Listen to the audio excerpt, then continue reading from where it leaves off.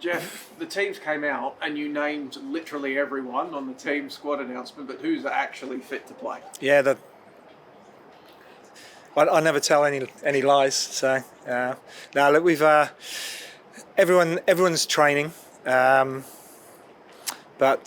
yeah, there may be one or two that might not make it, but we'll kind of keep that to ourselves. Well, I'll go through the list of the highest profile names. Elise Cullen-Knight, she was at the season launch. She intimated that she was touch and go for round one. What's her status? She's trained fully today, and she's trained fully all week. Look, I guess we've got a number of players that we need to be quite mindful of where they are with their training loads, and there's 2 or 3 players that probably are not in the not right physically to play a full 90 minutes, but we've got a few that are kind of borderline that we could come in and play 20 minutes or half an hour off the bench. So obviously you can't fill your team with those type of players, but there might be the prospect of maybe 1 out of the 2 or 3 players that are in that situation, and we're just going to kind of monitor them over the next 24 hours or so until tomorrow. And we've had a pretty tough session today. Went through a full kind of game simulation, and we'll see where people are tomorrow. Is Emily Gielnik one of those potential players, or does she need a little bit more time? She was flying today, absolutely flying. Yeah, so yeah, she could be. She's one of those that could go into that category. Yeah, but again, as an impact player, to have her coming off the bench would be pretty special. But again, I'm being held back by our medical people. So yeah, I think we'll put all our heads together in the morning and kind of come up with how we go on Sunday. I'm just trying to think of other potential players in that. Leah's also in that boat. Just need to put your heads together. Yeah, probably Leah is one that it won't quite make it, I don't think. But we've had some good news about her this week, that we can start to push on with her training, which is really positive. She's been really frustrated, and we all kind of feel for her. She just wants to get out there and work and train, and we've been holding her back. So yeah, look, she's had some good news now. She's now going to build up her training loads, and yeah, I guess that's in the next few weeks we hopefully see her back in. She'll be back in full training straight away, but hopefully we'll be able to see her back in the squad, and then hopefully in the starting 11 as well. Because now coming to the end of the pre-season, obviously it's a short one. You just get 5 weeks with them there or thereabouts. But you've brought in a lot of new faces. You've tried to, maybe refresh the culture a little bit. You've been working on. Could you walk us through that process and how pleased with you are where the team's landed after pre-season?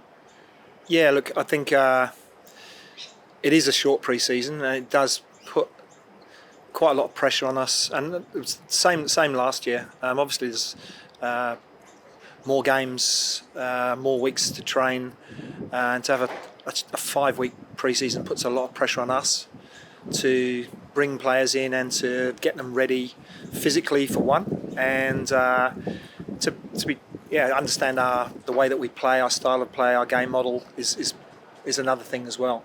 So it's maybe something that's got to be looked at. I think in terms of preparation of the players. It's easy to push a little bit too hard in a short pre-season, and then you find that you've lost 4 or 5 of your key players. So something probably learnt last year, that we can't kind of stick an 8-week pre-season into 5 weeks. It just doesn't work. So, but in terms of the team and the team culture and even the game model, I think we're not quite there, but I think everyone's got an idea of what we want to do and how we want to play. And over the next 4 to 6 weeks or so, I think we'll be chipping away kind of day by day at that, game by game. We're filming all our training sessions, and we're reviewing all our training sessions, especially the 11v11 stuff that we can, just drip feeds little bits of information back to the players, and they've been really, they've kind of embraced that as well. So yeah, it's a process, and probably we're not at the end of it yet, but it's probably something that you're always working on, because again, your game model's always just kind of evolving as well. So, but to answer your question in one sentence, I'm very, very happy with where we are at the moment. Very happy. Because obviously you had KK last year as well, but have you found you've got KK in there, you've got Liddy Williams in there, you've got Emily Gilnick in there. These are players, long-time Matildas. They've played some of the biggest leagues in the world, and they're serving as sort of standard drivers. They're demonstrating to younger players, like, if you want to succeed at the highest level, you have to train like this, train like what we are. Yeah, for sure. It's called recruitment. Recruit good players, you recruit good people, and people that are going to make you better and make us as going to keep us accountable as coaches, keep the rest of people, the rest of the playing staff accountable, but also then they set a really high standard as well. So look, that's why we brought those quality of people in, and they've been excellent. There's been a lot of real positive stuff happened. You see Lydia, you see KK, Emily pulling players to one side at the end of training, have a little chats with them. It's really pleasing to see that. So that kind of really fast forwards everything, really, in terms of the cultural side of things, the game model side of things. Again, a number of those players I've coached in the past as well.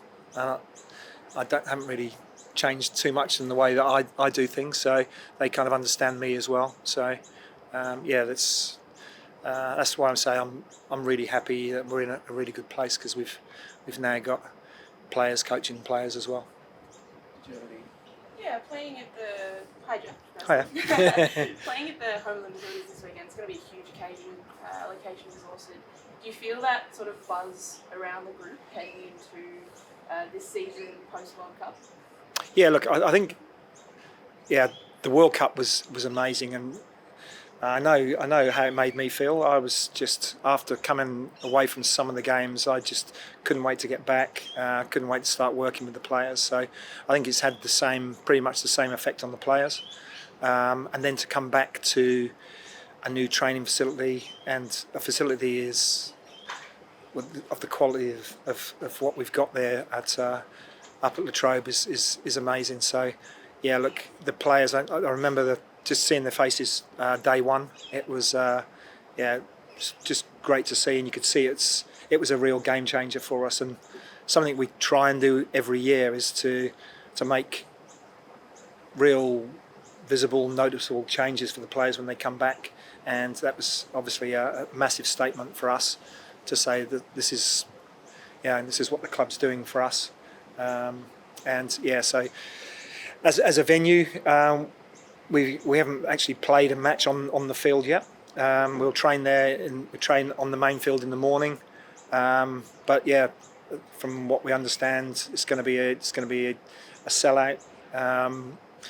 It's going to be a great atmosphere there, and the players are really buzzing.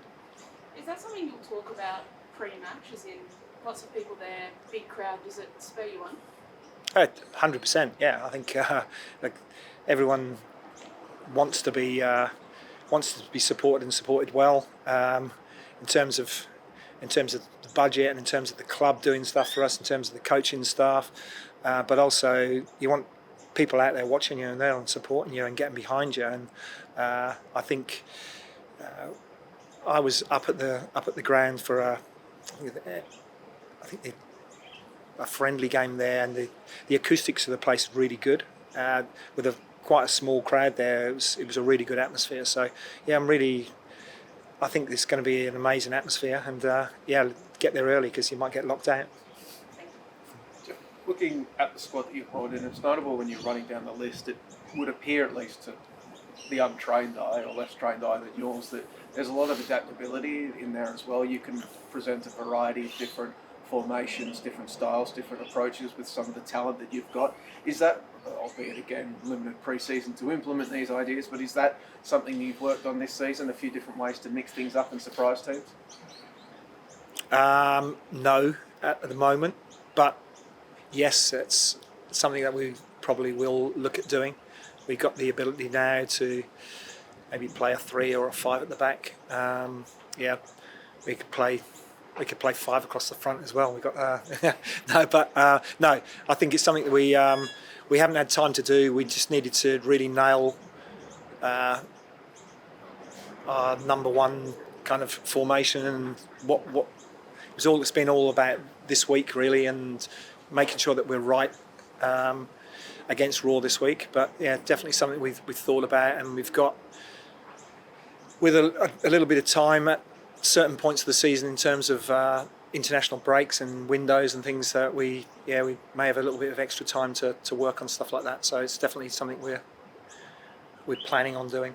And what are you planning to experience from the Roar? How do you think they're going to come at you? If they'll come at you. Yeah, look, I think they'll be pretty similar to how they were last year. We've seen them. They might play slightly different formation, but I think they'll come here with a really compact